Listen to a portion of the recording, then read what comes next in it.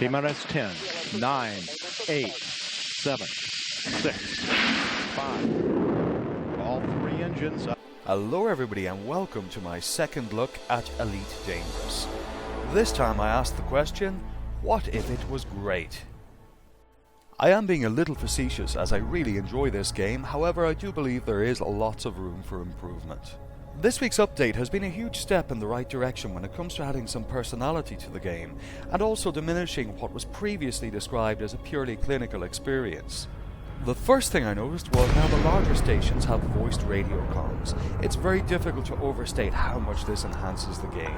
And now when you arrive in the vicinity of a station, you are immediately greeted by their traffic control system. So far I've travelled around a few different stations in a few different systems, and each time I've been lucky enough to hear a different voice. If voiced arrival and landing permissions float your boat, then on arrival at the station you're in for a couple of more even bigger surprises. The first surprise being the mission screen. Now all missions have a name and face attached to them. Additionally, a quick glance down the right hand side tells you their superpower alignment, their position within the system, their overarching goals or political philosophies for the system, and most importantly, your reputation with them.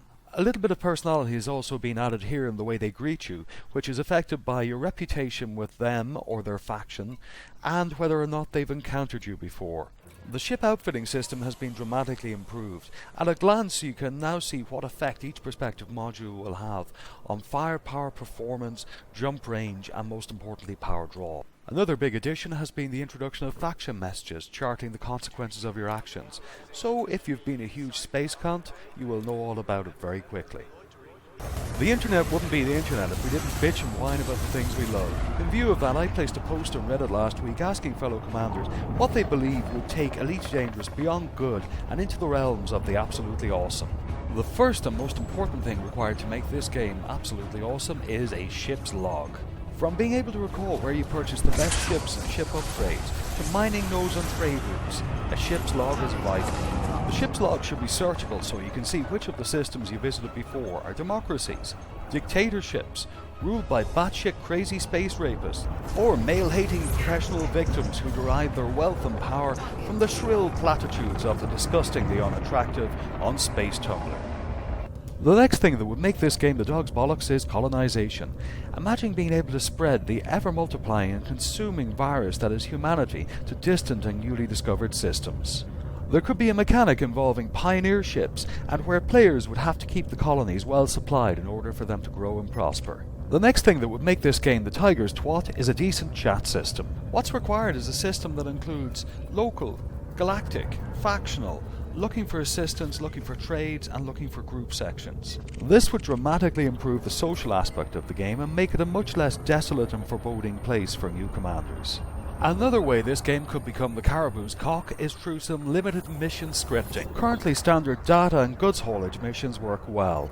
However, assassination and recovery missions are a complete mess. These missions are currently a dice roll.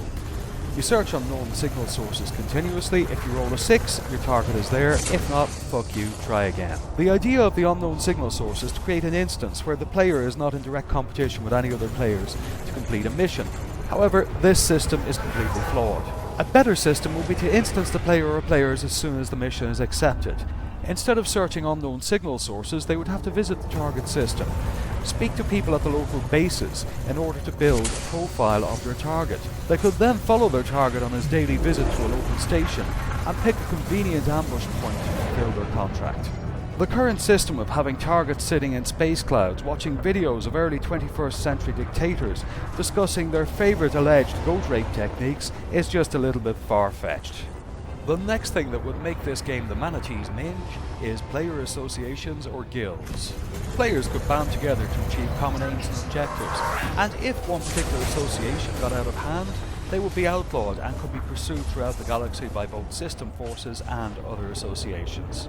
Another feature, which would be the kangaroo's knackers, would be the addition of space radio. This wouldn't have to be a huge task.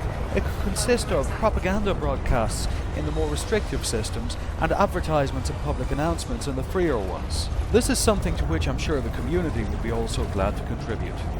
This game could become the whale's wang with the introduction of video comms. Imagine one of the more important pirates, or even another player appearing on your comm screen in an attempt to intimidate and persuade you to hand over your goods without a fight. Imagine combining realistic comms with the ability to share missions between players. The final thing required to make this game the Squirrel's Snatch would be a Thargoid Invasion. With that, I thank you very much for watching. Please don't forget to comment or subscribe below. Thank you and goodbye.